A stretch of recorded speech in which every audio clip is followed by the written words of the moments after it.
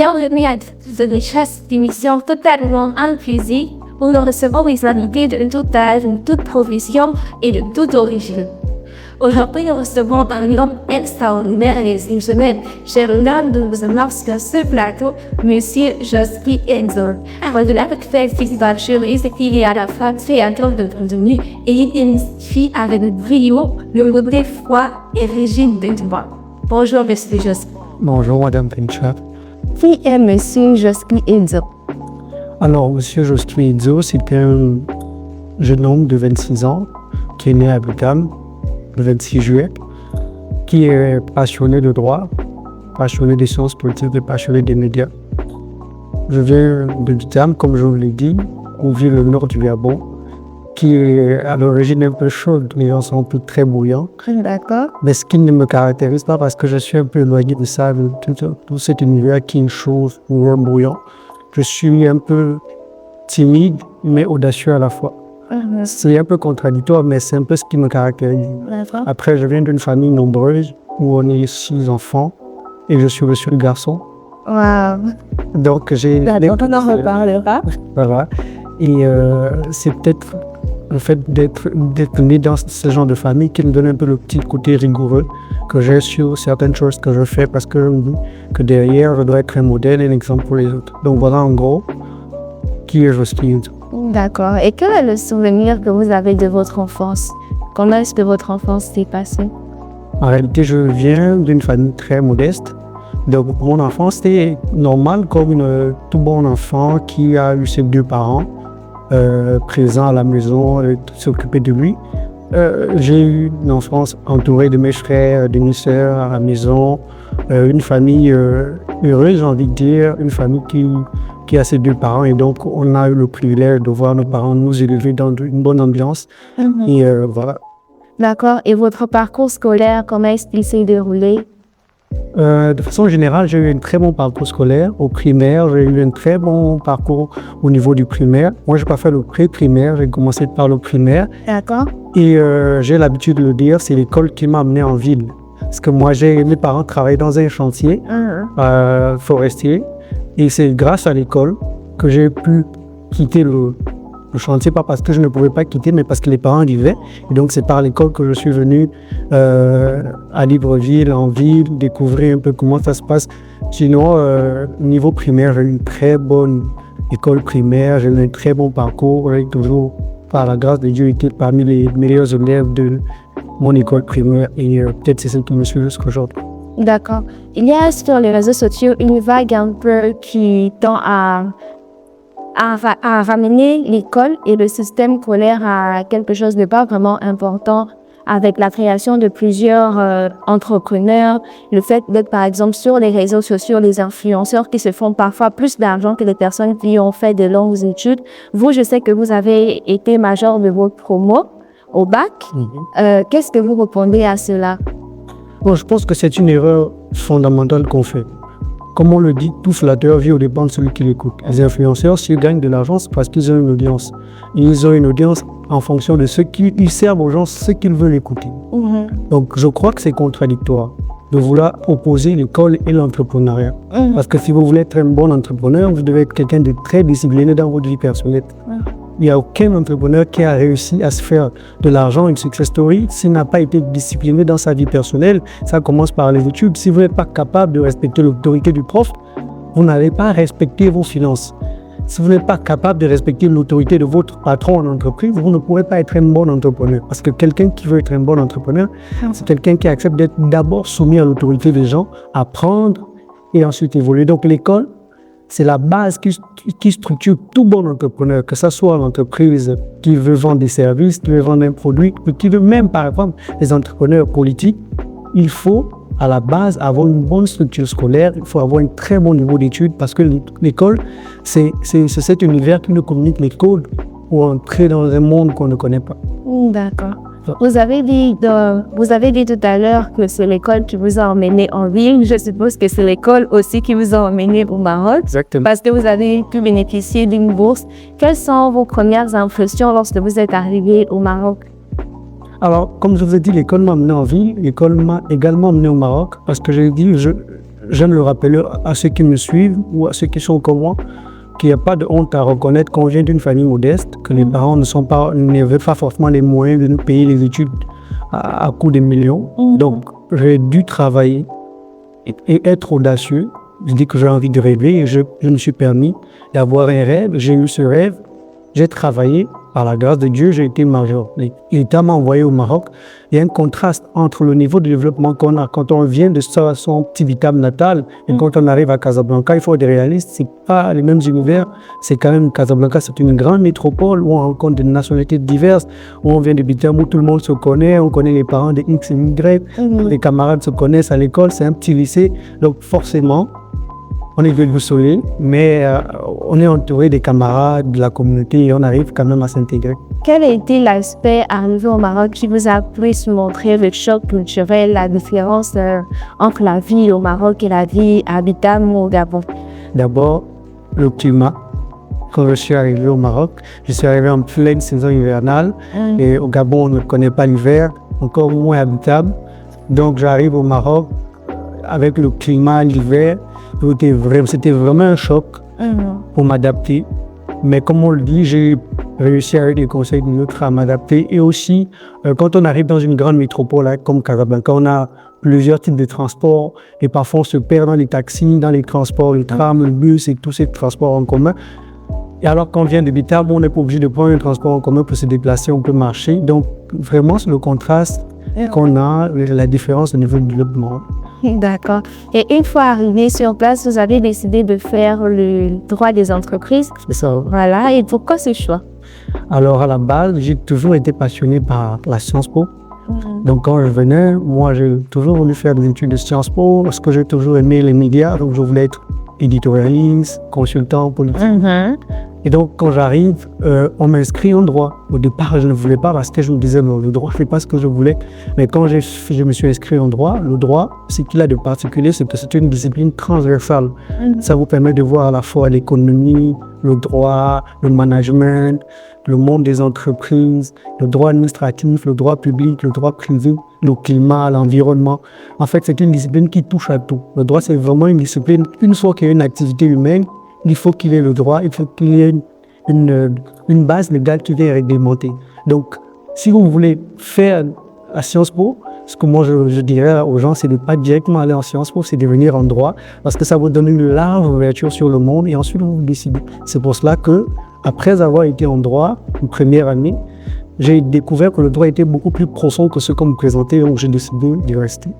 Qu'est-ce que le droit vous a appris en tant qu'humain? Quelle valeur est-ce que vos études vous ont ajouté en tant qu'humain?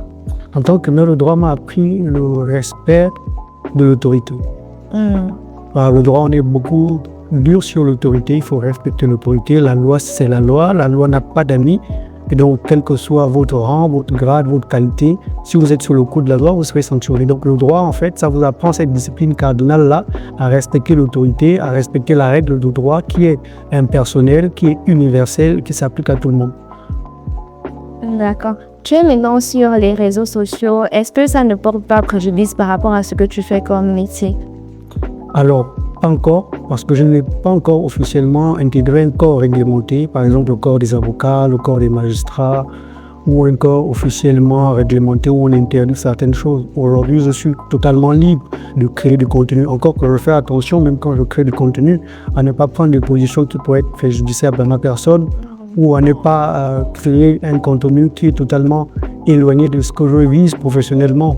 Donc quand je crée du contenu, j'essaie de créer un contenu qui s'adapte à ce que j'ai fait à l'école et qui s'inscrit dans la droite ligne de ce que je vise 5 ans plus tard. Voilà.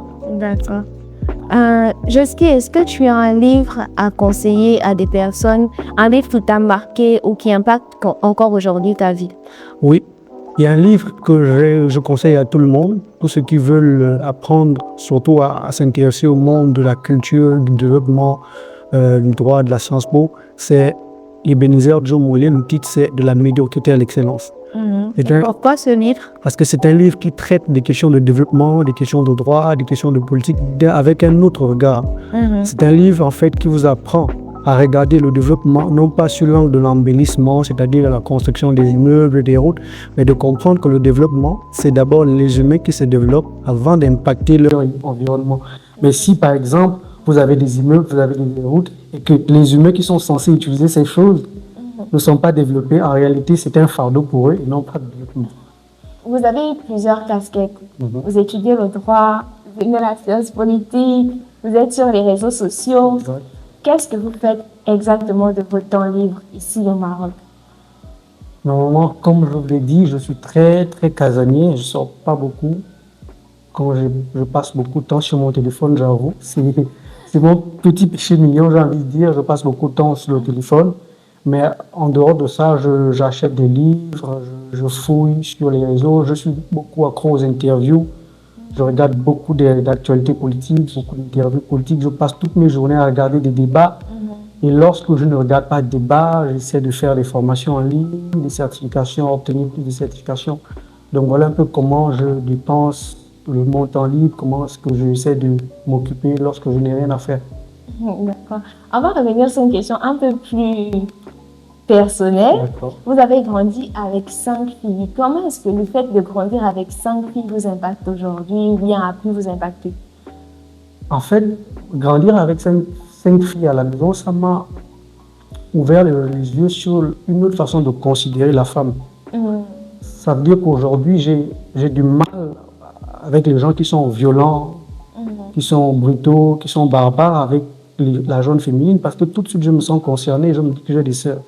Et aujourd'hui, j'ai du mal à affronter une femme, dans le sens où on va s'engueuler, parce que je me dis que, attention, je suis certainement en train de le faire à une de mes sœurs. Donc, c'est un respect que j'ai indirectement acquis des filles, de la considération que je dois avoir vis-à-vis de la jeune féminine, et aussi de la façon d'éduquer les filles, de se comporter avec elles, parce que j'ai pu observer avec mes sœurs que les filles ont beaucoup de caractère, beaucoup de comportements capricieux, donc il faut faire avec. Donc c'est pas évident de s'adapter avec ça. Donc aujourd'hui, ça m'a impacté dans le sens où ça m'a amené à accorder plus de respect aux filles, plus de respect aux femmes en général, parce que si je manque de respect à une femme, je vais certainement manquer de respect à une de mes sœurs à la maison. D'accord. Quelle est l'expérience la plus choquante ou la plus marquante que tu aies vécue en colocation? Alors, elle est très récente.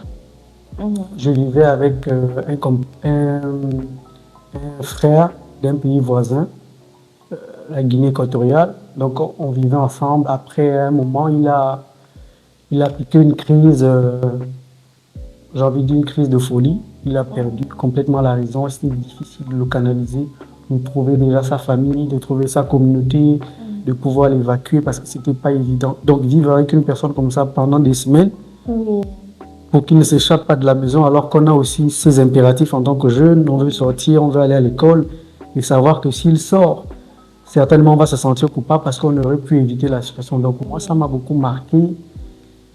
J'ai été beaucoup touché par rapport à la situation. Jusqu'aujourd'hui, je n'ai plus de ces nouvelles parce qu'il a été récupéré par sa communauté, donc je ne sais pas ce qui lui est arrivé après. Vous n'avez pas gardé de contact?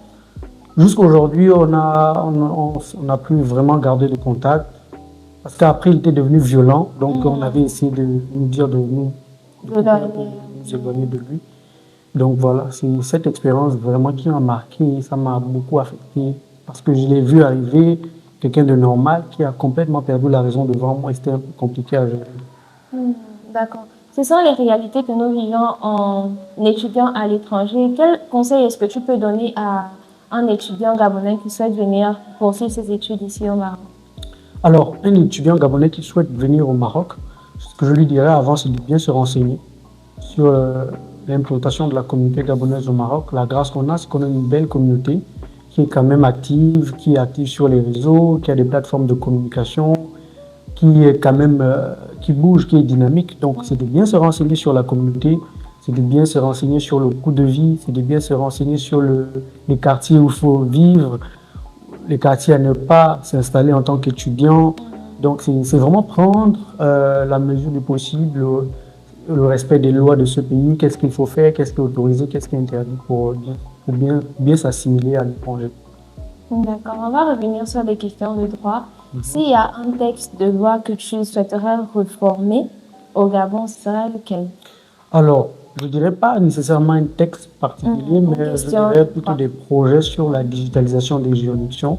C'est un D'accord. projet, aujourd'hui, on est à l'ère du numérique et il faut voir qu'au Gabon, on a encore du mal à digitaliser nos juridictions. Savoir que pour consulter une décision de justice, on doit se déplacer encore au tribunal, aller fouiller, alors que c'est quelque chose qu'on peut numériser. Fouiller une décision de justice étant à la maison sur son ordinateur, l'obtenir, l'analyser. Savoir que pour faire une demande de casier judiciaire, je dois encore me déplacer, aller au tribunal, aller faire la queue, alors que ce sont des informations que je peux renseigner sur un site et puis avoir le document en quelques minutes, comme ça se fait ailleurs. Aujourd'hui, la justice doit se digitaliser parce que ça permet aux magistrats de faciliter la conservation des dossiers, une meilleure façon de traiter les dossiers. Et aujourd'hui, on assiste parfois aux gens qui durent en détention parce que le dossier a été perdu. Non pas parce que le magistrat a fait exprès, parce qu'il a une pile de dossiers à gérer, donc le dossier peut se perdre et la personne se retrouve des années en détention alors que le dossier parfois est vide. Et quand on se rend compte, c'est le justiciable qui est perdant. Le deuxième texte, c'est au niveau de l'organisation judiciaire, c'est-à-dire que j'ai un projet un jour de proposer de mettre ce qu'on appelle la justice de proximité, d'éviter que les juridictions soient chargées pour des affaires, pour moi, que j'estime uniques, banales. Par exemple, des affaires de moins d'1 million, de 2 millions, pourquoi on va charger les magistrats avec ça, alors qu'on pourrait créer des tribunaux de proximité qui vont connaître ces petites affaires, des affaires de vol, de braquage, de vol de téléphone. On n'a plus besoin d'aller au niveau des grandes juridictions, mais on peut créer des juridictions de proximité au niveau des communes, des arrondissements, pour pouvoir traiter ce genre d'affaires, désengorger le travail qui est déjà assez surchargé au niveau des tribunaux. Est-ce qu'il y a une phrase qui te définit? Alors, c'est plus, comme je disais tout à l'heure, je suis à la fois réservé et audacieux. Une phrase qui me définit, je dirais, aux âmes bien nées, la valeur n'attend point le nombre d'années. Donc, je dirais toujours ça à ceux qui veulent se lancer dans quel que soit le domaine.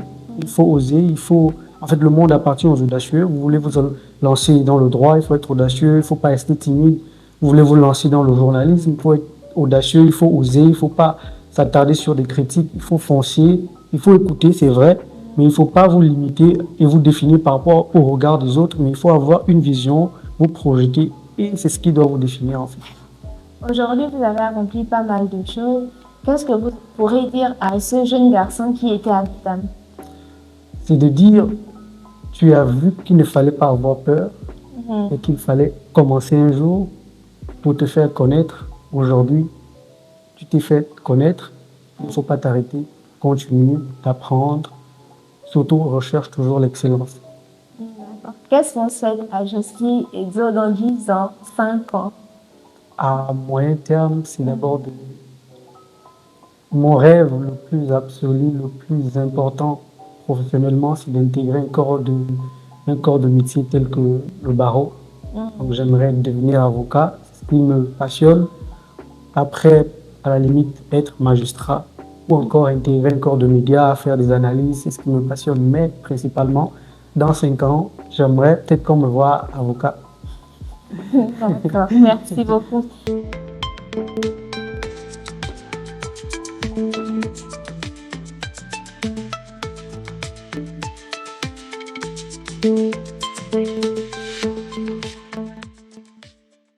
C'est la séquence que je choisis et je dis un peu pourquoi. C'est parti, Josky, couscous ou feuille de manioc? Feuille de manioc. Pourquoi? Parce que ça vient de Bitar, c'est ma culture, le couscous je l'ai découvert au Maroc. Feuille de manioc, c'est plus un plat du terroir, donc feuille de manioc. D'accord. Droit privé, droit international ou droit public? Droit privé. Droit privé parce que c'est le cœur de ma formation. Je n'ai fait que du droit privé. Je suis intéressé par le droit public parce que c'est quand même du droit. C'est dans ma culture générale, mais le droit privé parce qu'il est aussi plus large, plus ouvert que les autres branches de droit. D'accord.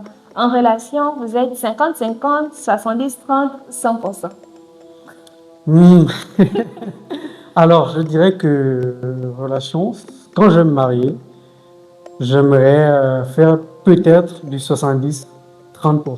je veux me justifier.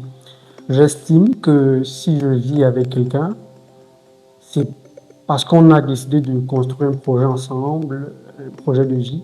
Et donc, si elle travaille, hein, je précise, si la personne travaille, ce serait quand même bien qu'on ait ensemble un projet de vie ensemble. Donc, pourquoi pas participer ensemble aux charges, aux dépenses de la maison. Mais la plus grande part, ça reste bien sûr la responsabilité de l'homme que je serai. Mais j'aimerais que mon épouse participe à hauteur de 30% si possible. D'accord. Le lieu préféré, derrière la caméra, dans un tribunal ou dans un cabinet? Derrière la caméra, dans un tribunal ou dans un cabinet. Alors, je vais prendre les deux derniers choix. Dans un cabinet et ensuite au tribunal. Parce que le dossier se prépare au cabinet et on va le défendre au tribunal. Donc oui, dans un cabinet et enfin au tribunal pour défendre ce que j'ai construit au cabinet. D'accord. Dernière question, eau, thé marocain ou la régale? Thé marocain parce que je ne consomme pas d'alcool. Puisqu'aujourd'hui, j'aime pas les alcools, je ne consomme pas d'alcool, donc thé marocain. Un message à faire passer à toutes les personnes qui nous ont regardés, surtout à la jeunesse, qu'est-ce que vous pouvez leur dire? Alors, je vais vous dire d'être audacieux, comme je l'ai répété tout au long de l'émission. Même si vous venez d'une famille modeste comme la mienne, il faut rester audacieux, il faut toujours croire en soi, croire en ses capacités. N'écoutez pas ce qui se dit autour de vous, les places c'est pour les riches, les choses c'est pour les grands noms du pays. Essayez d'être audacieux, rêvez.